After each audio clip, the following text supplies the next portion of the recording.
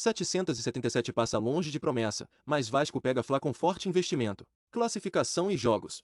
Tem uma promessa que eu posso fazer para os torcedores: essa vai ser a última vez na história que o Vasco vai jogar contra o Flamengo com desvantagem no orçamento. Foi com esta frase bombástica que o sócio proprietário da 777 Partners, Josh Vander, inflamou os vascaínos ainda durante o processo de aquisição da SAF do clube, gerando ao mesmo tempo expectativa e forte pressão sobre os homens que agora comandam o departamento de futebol.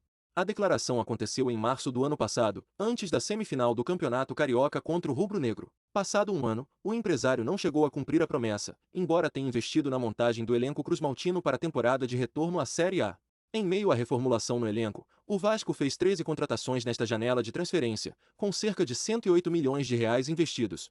Houve, por exemplo, o pagamento de 10,4 milhões de reais à vista ao Kashiwa Reysol, do Japão, para a contratação do atacante Pedro Raul, vice-artilheiro da edição passada do Campeonato Brasileiro.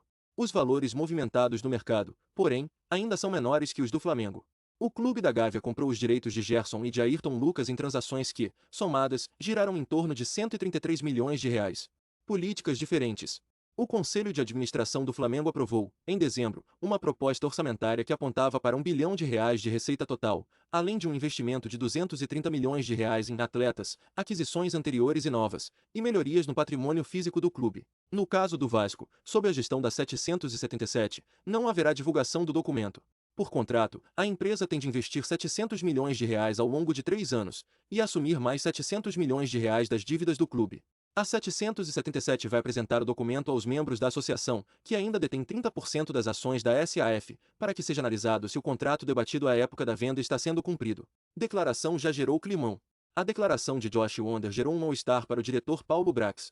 Na apresentação de Abel Braga como coordenador e Maurício Barbieri como técnico, o dirigente se incomodou com as perguntas dos jornalistas sobre o que o sócio proprietário da 777 havia dito meses antes. Não respondo ao que o Josh fala. Quem sou eu para falar sobre o que o Josh se manifesta? Não vou entrar nessa. O que eu digo é que o nosso orçamento, não comparado com o de outros clubes, é muito maior do que o nosso nesse ano 2022. É um orçamento condizente para sermos competitivos em uma Série A.